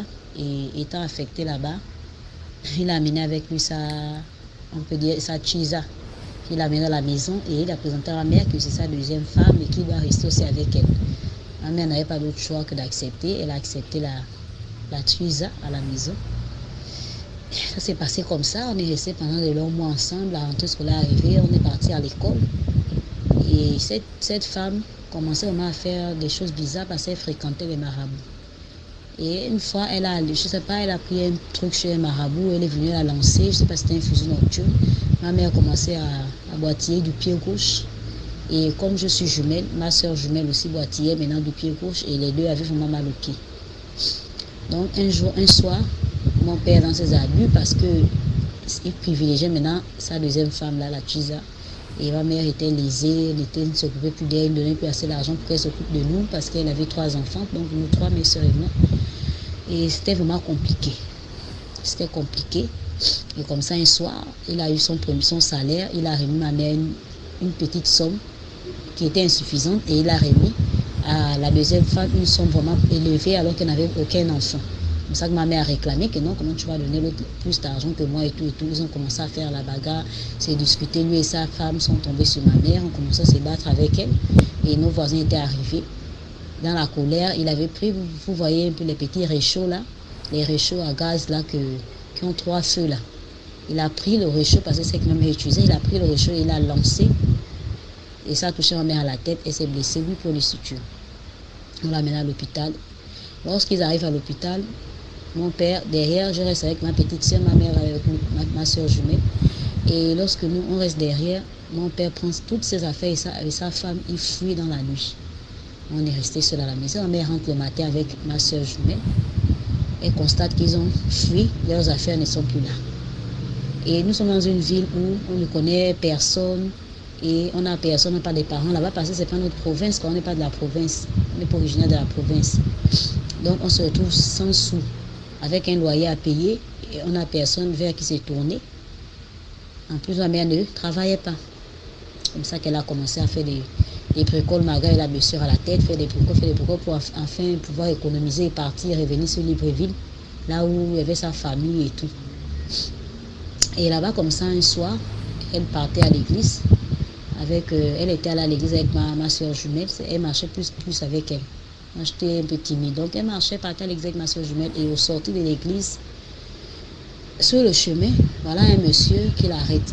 C'était un monsieur, il était vraiment, comme ma soeur je l'avais raconté, il était vraiment bizarre. Il était un peu sale, beaucoup de barbe, beaucoup de cheveux, il n'était pas coiffé, il n'était pas trop propre quoi. Il était un peu en fait voilà, comme quelqu'un qui a perdu la raison, comme un fou. Et c'est comme ça, ma soeur et ma mère sont télépassées. Le monsieur arrête ma mère, il appelle, il dit madame. Ma mère se retourne, elle regarde. Elle voit qu'il est comme un fou, elle dit au Seigneur, le fou me veut quoi. Comme ça qu'elle a continué à marcher, elle et ma soeur marchent vite. Elle continue à marcher. Après, le monsieur l'appelle encore madame, je dois vous parler. Elle dit, oh non, on ne se connaît pas. Le monsieur avance encore, il continue à appeler, il dit madame. Après, ma mère me répondait parce que comme ça qu'il a dit madame, il y a votre mère qui me demande de vous arrêter. Ma mère se retourne et dit, ma mère s'arrête, éthique. Et là, je vous parle, là, nous sommes dans les années 2004. On est en 2004. Oui, on est en 2004. 2004, 2005 par là. Non, 2004, 2003. Voilà, donc ma mère s'arrête. Et sa mère est morte il y a très longtemps. Sa mère était morte, sa mère est décédée en 1976. Et là, ce que je raconte, l'histoire se passe en 2004. C'est comme ça que ma mère s'arrête. Elle dit au monsieur que le monsieur vous racontez quoi? Ma mère, elle est morte depuis 1976. Et le monsieur dit, oui, je sais. C'est votre mère qui me demande de vous arrêter. C'est un cas d'urgence, de question de vie ou de mort. Après, il y a un mec et moi, je suis, on va pas dire un sorcier. Un marabout, un truc comme ça quoi. Un marabout, un ganga, comme on dit ici à Libreville, on appelle ça un ganga. Voilà, je suis un ganga, un marabout. En tout cas, je parle avec les esprits et je vois les esprits. C'est comme ça qu'il a dit à un mec que ta mère est là à côté de moi, elle m'a demandé de t'arrêter. Je sais que tu n'as pas d'argent sur toi, tu es dans des graves problèmes. Et si je ne t'arrête pas, les esprits m'en voudront. Donc je suis obligé de me soumettre à leur demande. C'est là qu'il a dit à un mec, suis-moi dans mon temple, je vais te consulter. Tu n'as pas d'argent, je sais. Tu ne vas pas payer. Je te fais une faveur. C'est comme ça que ma mère et ma soeur sont partis avec lui dans son temple. Je pense que pour ceux qui sont du Gabon, ils ont un peu l'idée des temples Mbanja, les temples des gens qui dansent, qui s'occupent, qui initient les gens là, ce genre de temple là. Donc il a mis ma mère là-bas dans un temple comme ça. Et il s'assied, il a un mère de s'asseoir, de laisser les babouches dehors. Lorsqu'elle rentre, il commence à parler, il dit à ma mère que, oh, mais ma fille, je te vois, tu as deux plumes de jumeaux à la tête. Ma mère touche sa tête, dit non, c'est pas physique, je vois ça spirituellement. Ça veut dire que c'est un signe de jumeaux, tu as fait les jumelles. Après, il y a ma mère que la jumelle, c'est celle qui est avec toi, c'est l'une des jumelles. Ma mère mentait, elle disait non, c'est pas une jumelle, juste m'a fait l'enfant, là je n'ai qu'un seul enfant. Il y a ma mère que non, c'est elle, elle est jumelle. Elle est le signe des jumeaux, spirituellement. Comme ça, ma mère a dit la vérité que ok, c'est bon, elle est jumelle. Il a commencé à consulter ma mère. Il a dit à ma mère que la maison là où vous êtes, je t'ai arrêté pourquoi?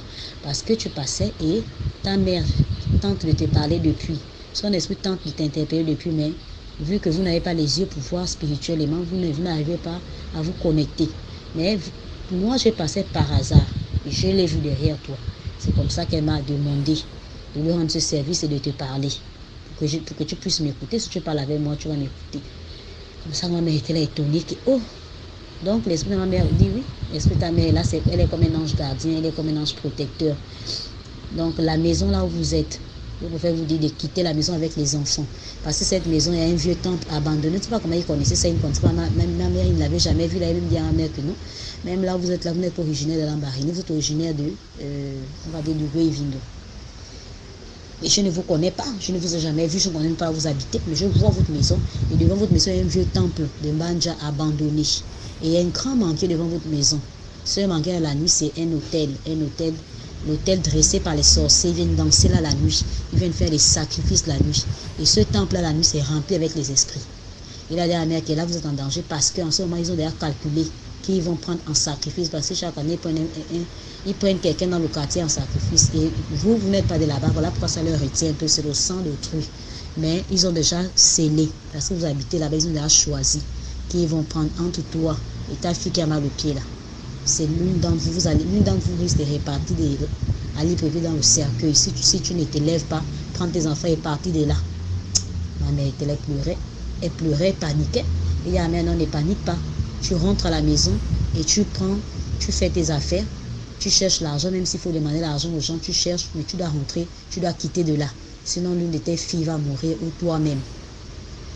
C'est comme ça que ma mère était là, elle a dit, ok, elle a compris, elle va faire le nécessaire.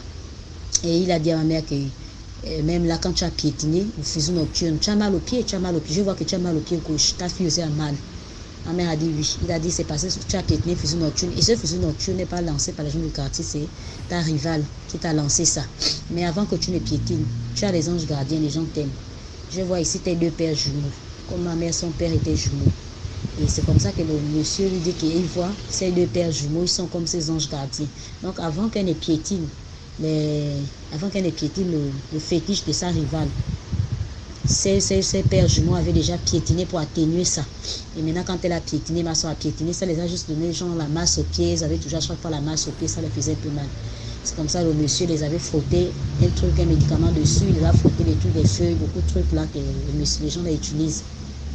Et ce jour-là, il a consulté ma mère vraiment gratuitement, il n'avait rien, et il a simplement dit beaucoup de choses.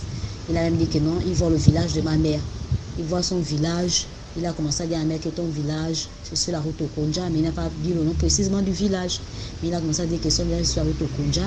Et dans son village là-bas, sa mère est déjà morte, mais il voit les frères de sa mère, les frères de la mère de ma mère, donc les oncles de ma mère. Ils sont à 3. Et parmi ces oncles-là, il y a un qui est sorcier, qui tue les gens. Il y a un qui sacrifie les enfants des autres, mais on accuse toujours l'autre oncle de ma mère qui est au bout du village. C'est là où le monsieur dit que ton oncle qui est au bout du village n'est pas sorcier et il n'a jamais tué personne. Et ton oncle qui est aussi à l'autre bout du village là n'est pas aussi sorcier. Il n'a jamais tué personne, mais c'est celui qui est au milieu là. Celui qui tue les gens, celui qui sacrifie les enfants des autres et celui qui bloque les vies des gens au village. Et il avait aussi dit à ma mère que non, ce jour, un jour, tes deux oncles là, les deux qui sont au bout du village, les deux vont mourir, mais celui qui est au milieu là va vivre longtemps, très longtemps, et tu mourras avant lui. Il avait dit ça à ma mère, et tu mourras avant lui. Des années plus tard, tu mourras avant, c'est pas maintenant, mais tu mourras avant lui. Et l'histoire que je vous raconte, ma mère elle est décédée en 2017. Et mon grand-père là, donc l'oncle de ma mère, il vit toujours, il est très vieux, il a près de 90 ans. Et ses autres frères, que le monsieur avait dit qu'il devait mourir avant, ces deux frères sont morts depuis, avant ma mère. Mais le monsieur, il a enterré sa nièce qui est ma mère, comme le marabout avait dit. Donc cette histoire, vraiment, avant j'avais les préjugés, je savais que j'étais enfant, je ne croyais pas vraiment aux histoires des marabouts, des ngangas, comme on dit chez nous. Mais depuis ce jour, j'ai beaucoup de respect pour ces personnes-là parce que l'un d'eux nous avait sauvé la vie lorsque on était enfant, sans son interpellation, sans sa consultation. Auprès de ma mère, vraiment, peut-être que l'une de nous allait mourir ou bien on aurait pu perdre notre mère ce jour-là. Et c'est un peu ça. Donc, je veux se donner un conseil que souvent, quand quelqu'un peut t'arrêter en route pour parler, comme disait ma mère, qu'on ne refuse pas l'appel. On ne refuse pas l'appel. Quelqu'un peut parler si elle avait couru, elle avait fui, elle aurait raté ces informations-là. Et ça aurait peut-être été fatal pour l'une de nous. Donc, c'était pour dire que si quelqu'un, la morale de l'histoire là, c'est que si quelqu'un vous arrête en route, même s'il paraît fou, les apparences sont trompeuses, même s'il paraît fou, il faut toujours s'arrêter pour écouter quand même. Du moment où il ne vous touche pas, il vous parle seulement, écoutez quand même ce qu'il a à dire. Et vraiment, les marabouts, je les voyais bizarres avant, mais maintenant, je les accorde beaucoup d'importance quand je repense à l'histoire de ma maman, l'histoire là, cette histoire vécue. Et ce qui m'a le plus impressionné, c'est parce qu'il avait dit à ma mère que ta mère m'a dit de t'arrêter. Vraiment, c'est un peu au-delà du réel quand même, parce que sa mère était morte il y a très très longtemps. Donc, c'est un peu ça l'histoire que j'avais à partager avec vous. Merci DMG, merci à tous. Et je vais revenir avec une nouvelle histoire parce que j'ai une autre histoire. Merci beaucoup pour l'histoire. On va passer à la 6e histoire rapidement. Laissez un like, partagez. Merci à tous ceux qui partagent. Merci à ceux qui like. Merci à ceux qui commentent toujours. La team est là au complet à 12h00. Je vois dans le live chat. Merci, je vous remarque tous. Voilà. On passe à la 6e histoire. Bonjour DMG, bonjour la communauté DMG. Je vais raconter aujourd'hui une histoire qui s'est passée dans mon pays, le Gabon. Alors, l'histoire, c'est pour interpeller les gens qui ont tendance à faire la tontine. Et cette histoire, je vais l'intituler la tontine mystique. Alors, mon papa, il employait 7 jeunes hommes. C'est ainsi que ces jeunes hommes que mon papa employait, il les envoyait dans un campement où il faisait la chasse, la cueillette et il avait aussi un champ de cacao là-bas. Alors, c'est ainsi que ces jeunes-là, c'était des jeunes gars et équato-guinéens. Donc, c'est comme ça, mon papa les envoyait là-bas travailler pour lui. Ils étaient au nombre de 7. C'est ainsi, lorsqu'ils sont allés travailler, et ça trouvait que parmi les 7, l'un d'entre les 7 avait ses parents en Guinée et il était fils unique. Donc le fils unique là, bon, on va l'appeler Jean-Pierre. Alors Jean-Pierre va faire des travaux champêtres de mon papa au campement là-bas.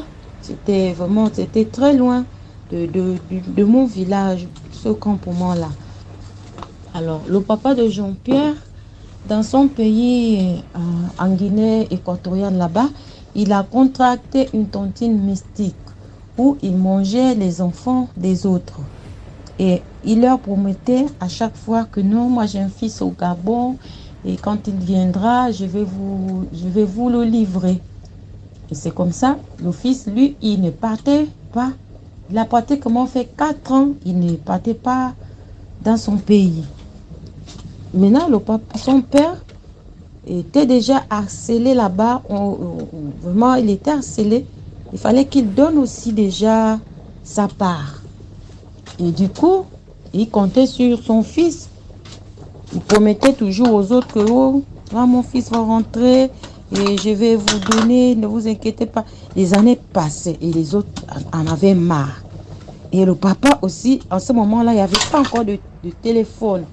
Voilà comment le papa prend l'initiative de venir au Gabon à la recherche de son fils. Il s'est renseigné comme ça jusqu'à où là indiqué le village dans lequel se trouvait son fils. Il est arrivé chez nous. Il a dit à mon papa, non, je viens. Mon fils c'est Jean-Pierre, il travaille pour vous. Mon papa a dit, oui, effectivement, mais ils ne sont pas là. En ce moment, ils sont très loin dans un campement où ils travaillent pour moi. Mais ce n'est pas facile d'y arriver là-bas pour un homme de ton âge. Donc, si tu veux, je vais envoyer des gens aller le chercher. Il a dit non. S'il y a des gens qui vont là où est mon fils, moi, je préfère aller avec ces gens-là. C'est ainsi que le papa a fait la route avec les villageois qui allaient dans ce campement-là. Ils ont fait la route ensemble. Et le campement-là, il fallait marcher toute une journée, c'est-à-dire vous quittez le village à 4 heures et vous arrivez dans le campement là à 16 heures par là, 17 heures. Le papa a fait toute la route là jusqu'à ce qu'il arrive. Il arrive dans ce campement là et il a dormi. Il a dit à son fils, non, je suis venu te chercher. Il faut qu'on retourne, en Guinée. Vraiment, tu es mon fils unique et tu dois venir rester auprès de moi. Moi, je n'accepte plus que tu sois loin de moi. Ainsi de suite et tout et tout. Donc, le fils a dit, ah, mais papa, je suis venu me chercher. Tu ne peux pas m'amener de force comme ça. Hein? Et le papa a dit, non, pas question. Tu ne peux plus rester, je m'en vais avec toi.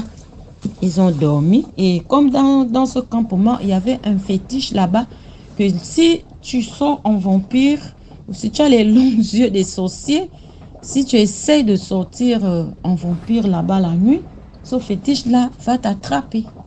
Et c'est comme ça, le papa là, lui, il ne savait pas ça. Il est sorti là-bas la nuit. Et le matin, il était malade. Ça n'a pas duré. Il a commencé à agoniser. On l'a soulevé de là-bas jusqu'à arriver dans notre village. Le temps de le poser, c'est là où il a confessé que non, j'ai contracté des dettes, j'avais des dettes. On ne comprenait pas ce qu'il entendait par dette. Quand on lui demandait, mais papa, mais qu'est-ce que vous entendez par dette? Quelle dette que tu as? Oh, j'ai fait la tontine, je devais donner mon fils. Et comme il n'arrivait pas à venir, Et là où je les suivi autant pour moi en bourse là-bas. Et j'ai eu à sortir, voilà. Et j'ai vu un homme là-bas qui avait une longue main, une main de environ 2 mètres. C'est cet homme-là qui m'a attrapé. Et là, les gens à qui je dois aussi, et dans mon pays, ils sont là dehors, ils m'attendent, ils sont venus aussi me chercher. C'est comme ça que le papa là, a rendu l'âme. Et c'est en cet instant qu'on a su que non, les dettes qu'il disait, la tontine dont il disait, c'était la tontine mystique. Donc chacun devait donner un enfant à tour de rôle. Mais lui, comme il avait un seul fils, et Dieu n'avait pas accepté que cet enfant aille dans cette tontine mystique. Voilà pourquoi il renvoyait toujours son voyage. Voilà, donc essayez un peu d'être vigilant par rapport aux tontines. Essayez vraiment d'être, comment dirais-je, avoir le discernement, parce qu'il y a tontine et tontine. Hein. Il y a tontine et tontine. Vraiment, il y a ces tontines. Vous allez remarquer, lorsque vous avez une tontine, lorsque vous prenez de l'argent là, et si vous n'êtes pas vraiment attentionné, vous n'allez rien faire de cet argent. Et pendant que vous êtes là en train de faire une tontine, il y a une autre tontine interne. Quand vous allez voir les gens faire les tontines, il y a une autre tontine interne. Donc, c'est pour attirer votre attention face à cette histoire de tontine-là. Okay. Bon. Merci encore. Bonne journée à vous. Merci pour l'histoire et bonne journée à vous aussi. Voilà les risques d'entrer dans les trucs qu'on ne maîtrise pas là. C'est d'abord quel but d'entrer dans les tontines où tu vas vendre tes enfants? Pour manger l'argent avec qui? Ou bien tu vas entrer dans une tontine ou dans une secte où tu vas vendre tes parents, tes frères et tes sœurs. Pour manger l'argent avec qui? C'est quelle vie ça? Bref, laissez des likes s'il vous plaît, likez la vidéo, ça ne coûte rien comme je dis toujours, ça ne coûte rien, mais ça fait grandir la page. On est déjà à 36 000 abonnés, merci, c'est grâce à vous la force. Et on passe à la 7e histoire. Ok, je reprends. Bonjour TMG. Bonjour. Je voudrais expliquer mon histoire qui est en rapport avec les échanges de destinée. Je veux confirmer que ça existe et que c'est possible. Alors que les gens ils essaient de dire que non, on ne peut pas changer les étoiles, c'est faux. Donc, mon histoire c'est quoi? Je vais être brève. J'ai quitté les parents très tôt, j'ai eu le bac à 17 ans. Donc je suis allée à la capitale pour l'université et je vivais chez une tante. Et ma tante, elle faisait un travail où elle recevait beaucoup de monde chez elle. Et donc, elle a reçu comme ça une dame qui avait sa fille. Et sa fille et moi, on s'est liés d'amitié. Mais sa fille était malade. Sa fille, elle avait... Je ne vais pas dire le nom de la maladie, on ne sait jamais. Mais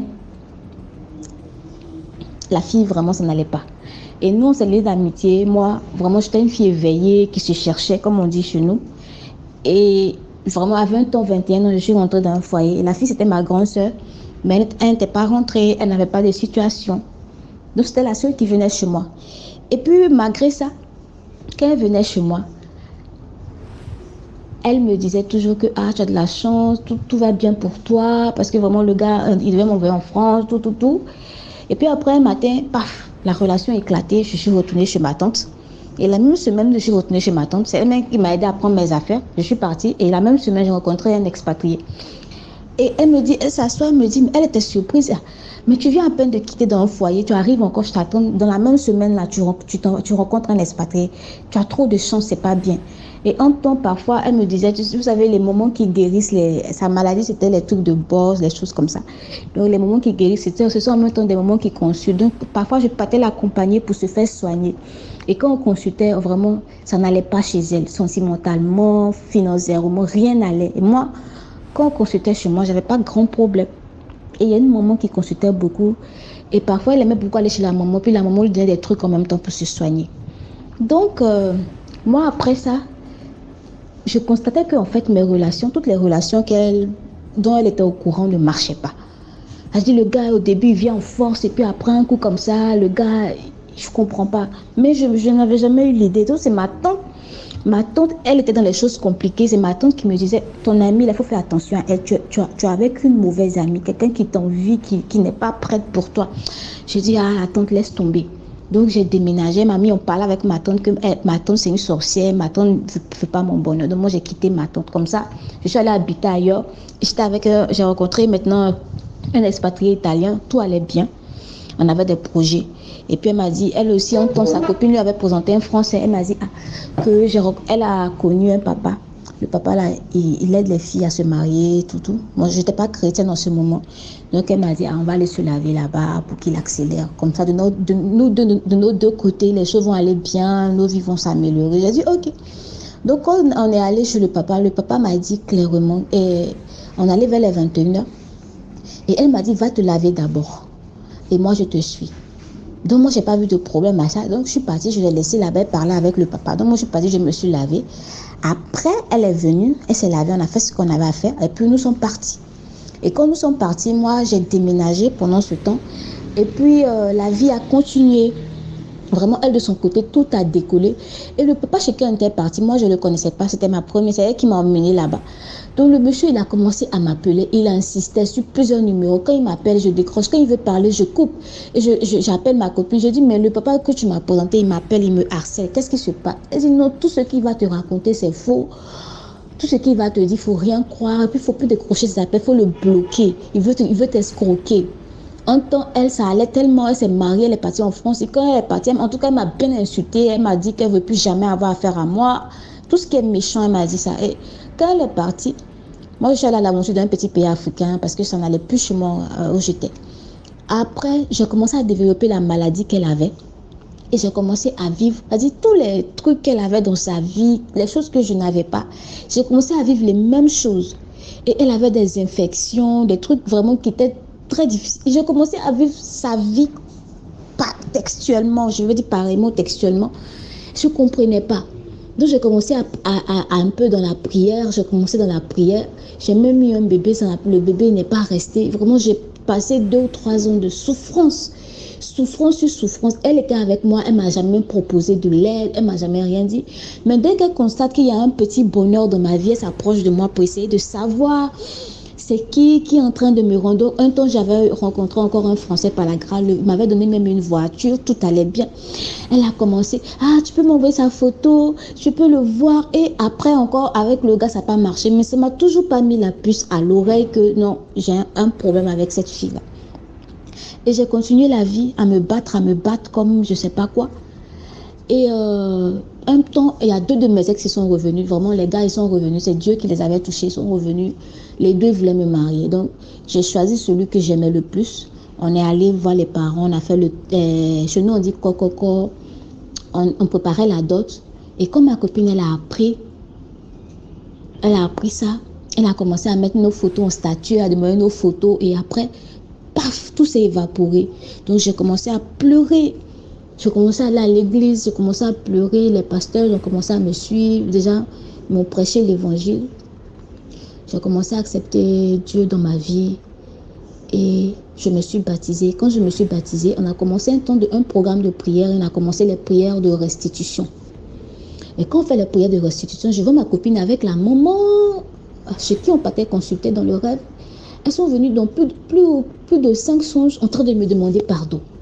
Je vois ma copine, elle est malade, ça ne va pas. La maman aussi, vraiment me demande pardon. Comme si vraiment je leur envoyais des choses qui les dépassaient. Je dis, mais vous me demandez pardon, qu'est-ce qui s'est passé? Donc je suis maintenant allée expliquer à mes prophètes, les gens qui me suivaient. Ils ont dit, j'ai expliqué l'histoire. Ils ont dit, voilà ce qui s'est passé. En fait, il y a eu un échange. Donc maintenant, les prières que tu es en train de faire là, c'est en train de gâcher, détruire tout ce qu'elles ont fait contre toi. Donc c'est encore une sorte de retour à l'envoyeur qu'elles sont en train de subir. Donc, nous, on a continué dans la prière. Vraiment, je suis devenue une chrétienne fervente aujourd'hui. Je me suis donnée, attachée à Jésus comme pas possible. Et on a continué dans la prière. Et après, mon prophète, il a dit, tu sais que si on continue, ta copine, elle va revenir. Et elle va revenir encore plus malheureuse que la première fois même que quand vous êtes connus. J'ai dit, ça, je ne peux pas supporter ça parce que je sais d'où elle est venue. Peut-être que c'est les difficultés qui ont fait qu'elle a fait ça. Moi, je lui pardonne. Donc j'ai dit je pardonne, on a arrêté, on a essayé d'oublier, on a demandé juste à Dieu de me délivrer. Et cette année, l'année passée, en début d'année encore. Je pense que c'est un pacte qu'elle a fait qu'elle devait renouveler chaque année.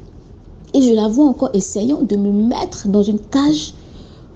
Vraiment, je ne vais pas rentrer dans les détails, mais c'est spirituel.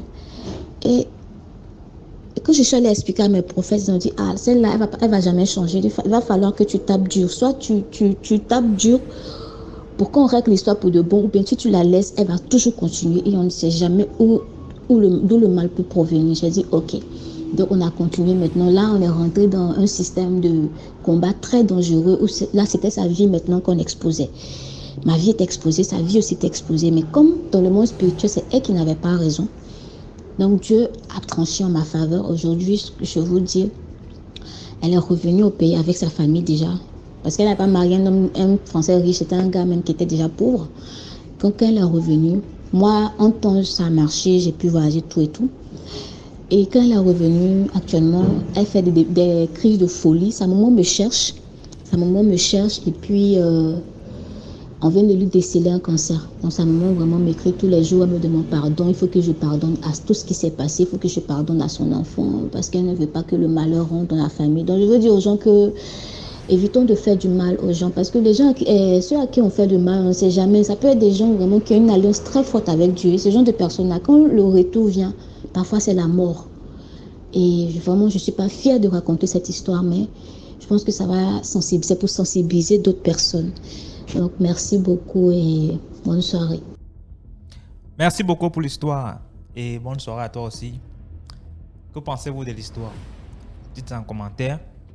On continue avec la 8e histoire, si je ne me trompe pas. 8e histoire. Bonjour DMJ. Bonjour. J'espère que tu vas bien. J'aimerais partager aujourd'hui une histoire avec vous. Pour commencer, je vous souhaite une très belle année 2023. Merci. Et que cette année-là vous apporte plus de visibilité. De sorte que vous continuez à éveiller notre conscience. En un mot, je vous dis merci pour tout ce que vous faites pour la jeunesse africaine. Ok, je vais raconter une petite histoire. Pour commencer, je suis originaire de la Côte d'Ivoire, précisément dans la région du Nord-Ouest. Mon histoire a été vécue dans la région, c'est au Nord-Ouest. Voilà, pour ceux qui connaissent la Côte d'Ivoire. Ça concerne ceux qui vont en Europe, ceux qui vont se chercher, qui ont été financés, c'est-à-dire aidés par leurs parents et une fois qu'ils arrivent là-bas, ils oublient. Voilà. C'est l'histoire d'un jeune homme qui était en Côte d'Ivoire, voilà, qui avait du mal à s'en sortir, à jongler de tout. Il était l'aîné de sa famille. Et les parents ont, comment dirais-je, se sont serrés les coudes. Les parents ont, comment dirais-je, ont cotisé afin qu'ils partent se chercher en Europe. Voilà. Une fois arrivé en Europe, il était d'abord sans papier. Voilà. Et donc, il a dû vivre caché un temps soit peu afin qu'il puisse se retrouver. Et donc, les premières années, ça allait. Dès sa première année, autant pour moi, ça allait. Ça allait chez lui, il faisait toujours signe à ses parents. Il leur disait toujours de le mettre en prière, de prier pour lui, de sorte qu'il puisse trouver quelque chose à faire. 1 an est passé, 2 ans, 3 ans. Subitement, il a coupé pont avec sa famille. Il ne donnait plus de ses nouvelles à ses parents. Voilà. Et donc, il y a son père, parce que la maman ne vivait plus. Il y a son papa qui se demandait toujours, mais qu'est-ce que j'ai fait? Qu'est-ce que j'ai fait pour que mon fils ne me fasse plus signe de vie? Et vu que nous sommes en Afrique, et vu que nous avions aussi la possibilité de voyager sans passeport, c'est comme ça qu'un jour, le vieux décide de se rendre en Europe. Et il est allé en Europe de manière spirituelle parce que son enfant ne lui donnait plus signe de vie. Il avait coupé tous les ponts avec son père, avec sa famille. Et donc, il ne faisait même plus signe. Et donc, voilà le vieux, un jour, il se rend en Europe. Il se rend en Europe. Il n'a... En tout cas, je ne sais pas comment il a fait. Je ne sais pas si je dirais qu'il a fait la sorcellerie, mais vraiment, un jour, ce qui s'est passé, qu'un jour, le monsieur est quitté au travail et il a trouvé son papa dans son salon. Et il était même marié, il avait même un enfant et une femme. Et donc la femme, elle a carrément bien reçu son beau-père. Et le gars, il quitte au travail, il trouve son papa assis et en train de manger. Et dès qu'il voit son papa, il se met à transpirer. Et il vient, il prend son courage à deux mains, il s'assoit, il prend de ses nouvelles. Et son papa lui dit, il n'y a rien. Vu que tu es venu ici en Europe, et que tu nous as carrément oubliés, moi-même, j'ai décidé de venir prendre de tes nouvelles. Et il dit, papa, comment tu as fait? Comment tu m'as trouvé? Comment tu as su que j'étais ici exactement? Et son papa lui a dit comme ça que je te voyais depuis tout ce temps. Je n'ai pas pris de l'avion en tant que tel. Je me suis rendu ici, je suis venu ici comme un bon Africain. Le gars, il était tellement dépassé. Et donc son papa lui a dit que je suis venu, je répare.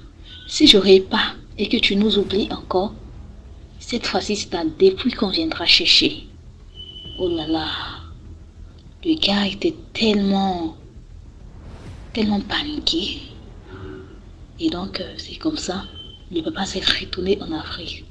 Et je vous assure que lorsqu'il est revenu en Afrique, son fils ne l'a plus abandonné. Il s'est toujours souvenu de son papa. C'est-à-dire, il a même fait une nouvelle concession pour le vieux, ainsi que pour sa famille.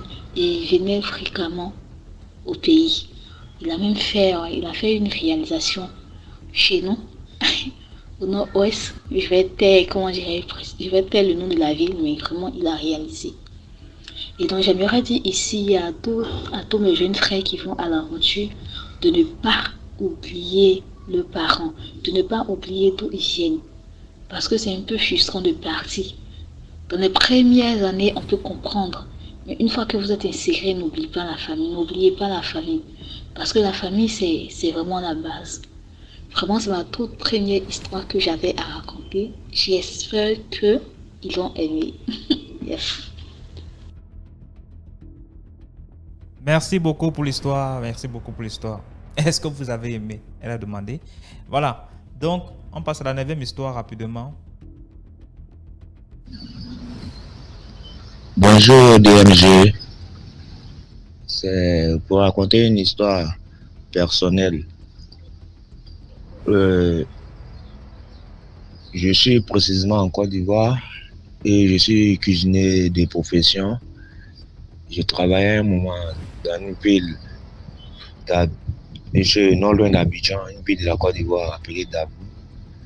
Donc, j'ai fait la connaissance d'un jeune. Donc, j'étais ami, bon. Il n'arrivait pas souvent même à joindre les deux bouts. Donc, étant cuisinier pour une famille, par moment, je pouvais même servir des repas. Je l'appelle, il vient chercher, il va manger. Bon. Un jour, ce dernier, il m'appelle, il me dit, ah, frère, je veux que tu m'accompagnes quelque part. Il dit, où? Il dit, ah, lui, il est mon ami, il ne peut rien me faire. De venir, on va aller seulement. Parce que moi, je suis trop gentil et fais trop pour lui. Bon, j'ai dit, ok, dans l'après-midi, comme je n'ai pratiquement rien à faire, on va aller. On arrive à un endroit, je vois une cour ouverte, un long banc, les gens sont assis, il vient, on s'assoit, on fait la queue. Donc moi je touche pas à l'oreille. Ah, c'est quel coin? on vient un peu, on vient faire un. Bon, il dit non, que c'est une bonne chose, attends seulement que tu vas voir, c'est comme ça. Il dit bon, ok. Donc, arrivé à notre tour, nous sommes entrés. On entre, c'est dans un coin de fétiche. Et il avait déjà passé, même donné, ceux qui avaient ça, venu se renseigner, ils l'ont donné tout ce qu'il devait payer, la liste. Donc, il avait ce jour-là tout l'argent qu'il fallait, plus il disait qu'il voulait faire pour moi aussi. Exemple, aller faire qu'on appelle ça, le fétiche pour avoir de l'argent, un truc de canari. Donc, il a payé un canari pour lui, un pain rouge, un pain noir, de la liqueur. Maintenant, il devait donner aussi tous les billets qui existaient. En ce moment, il n'y avait pas le billet de 500. Donc, tout faisait 18 000. Il a ainsi payé pour moi aussi. Le gars a fait les rituels, tout. Le canari, le canari de chacun était rempli. Donc, le gars dit, bon, qu'il y a des trucs. D'abord, il va voir, et puis bon, dit le totem de chacun, et truc. Lui, quand ils ont fait pour lui, il y a une statuette qui a apparu. Et là, quand la statuette a apparu, le féticheur en question dit, il doit aller à le canari, plus la statuette, mais chaque année, il peut payer des poches de sang pour verser sur la statuette. Moi, à mon tour, il dit, je dois participer à la construction ou bien le renouvellement des mosquées ou bien églises. Chaque année. Genre, si tu prends le canari aujourd'hui, avant un an, il doit être capable de faire ce qu'on t'a dit. Mais on peut aller réfléchir. Si on est d'accord, on vient, on prend. Donc, moi, j'ai dit à mon ami en question, non, laissons, allons réfléchir. Arrivé, il a dit, frère, on va laisser. Parce que tu vas prendre, c'est vrai, on te dit poche de sang. Qu'est-ce qui prouve qu'on va te dire, on veut même que tu tues maintenant l'homme après. Que même moi-même, on va la faire des constructions ou bien renouvellement d'églises et mosquées là. Moi, je n'ai pas confiance. Parce que ce sont des trucs, quand tu rentres dedans, après c'est autre chose. Donc il dit ok, que lui il voulait au moins là, parce que être toujours dans la galère là, lui va supporter. Il dit non. De la manière tu as des petits boulots souvent, des VA et autres, tu peux aller faire ça de temps en temps. Lui ça va pas là, si moi il y en a là, mais moi il va te donner. Donc il dit ok, qu'il a compris, il va laisser. Bon. Après un bout de temps, je vois cet ami en question, il a de l'argent, il a payé moto. Bon, là, comme moi, je ne suis plus allé avec lui pour faire, donc il ne marchait même plus avec moi. Moi, bon, il était dans mon coin, je sais quoi, je faisais mon travail tranquille. Chaque fin du mois, ce que je gagne, bon. Quand il appelle, il me dit, ouais, si là je viens, que je viens. Je suis sorti un peu, je viens se voir. Une nuit, j'avais un rendez-vous avec une fille que j'avais rencontrée. Bon, donc, je me suis rendu dans le quartier de cette dernière. Je l'attendais dans un petit maquis. J'entre dans le maquis, l'ami en question, je le vois, il est assis avec des gens. Il y a beaucoup de boissons sur les tables et autres. Il me dit de me joindre à eux. Il dit non. Que ce qu'on appelle ça, je suis venu attendre quelqu'un. Donc, si la personne vient, bon, peut-être après elle me joindre à eux. Donc la fille est venue, on a posé, elle m'a dit bon, elle est à la cour demain, donc elle m'a dit qu'elle ne pourra pas boire, mais c'est une sécurité au moins. Donc elle paye sa sécurité, on a causé. J'avais 2 bières devant moi. Quand j'ai fini la première, comme elle devait entrer, j'ai appelé la serveuse. de me réserver la dernière bière. À mon retour, je vais boire. Quand je suis revenu, l'ami me dit, ah, tu es encore là, viens partir ensemble en même temps, comme il a une moto. Donc moi, je dis non, il faut aller. J'ai pris au moins quelques secondes comme ça avant de répondre. Et puis bon, quand j'ai fini, quand il partait au quartier, je gare les taxis, tout est rempli. Je gare les taxis, tout est rempli. Donc je marchais un peu. Jusqu'à arriver un peu devant, il y a un taxi. Il y avait de la place sur montée. J'arrive devant, je vois il y a une foule, il y a un gros camion. Le chauffeur raconte qu'il y a quelqu'un qui est venu percuter le gros camion avec sa moto. Bon, moi je n'ai pas pensé à l'ami. J'entre le matin, j'apprends que c'est ce dernier qui, lorsqu'on s'est croisés, il devait entrer où il me disait viens on va aller ensemble, et puis il lui a dit non va et viens. Il est parti, le chef a percuté et tu cassé sa tête et il est mort. Donc on appelle ça la morale de cette histoire. Elle vous dit souvent de ne pas avoir trop recours à la facilité, l'argent comme un canari d'argent. Et c'est pas où l'argent provient. Ça, tu as bien fouillé et sans doute il a fait, il n'a pas fait ce qu'on lui a donné comme principe.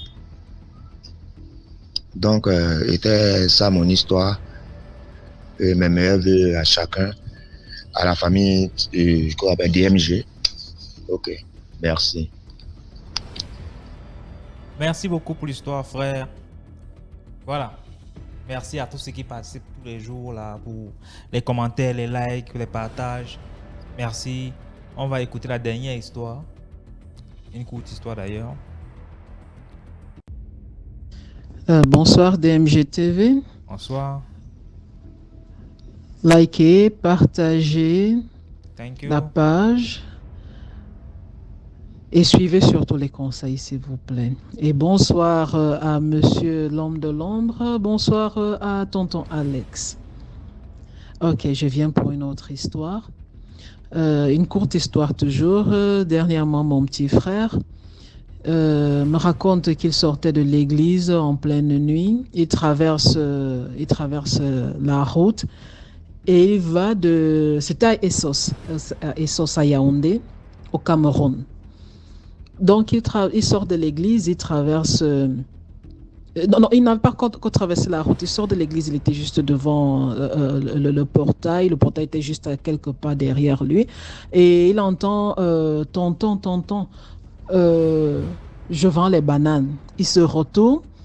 Il voit un petit garçon, il était habillé en djellab blanche, dont la tunique blanche des musulmans, là, dont il était en djellab blanche. Il avait un plateau de bananes à main. Et mon petit frère regarde, il se rend compte qu'il y a juste 8 bananes dans le plateau. Et il regarde l'enfant avait les yeux larmoyants, il paraissait vraiment triste et tout. Il dit, je vends les bananes, tonton. Mon petit frère le regarde, et mon petit frère dit qu'il s'est senti... Il s'est senti, comment dire, il s'est senti bizarre et il a dit, ok, il a dit, non, bon, mon petit, je ne peux pas acheter les bananes maintenant, s'il te plaît, tu vas, regarde derrière toi, le portail était ouvert, il dit, regarde derrière toi, la cour de l'église, elle est grande et tout ça, il y avait des gens, il y avait du monde là qui sortait aussi.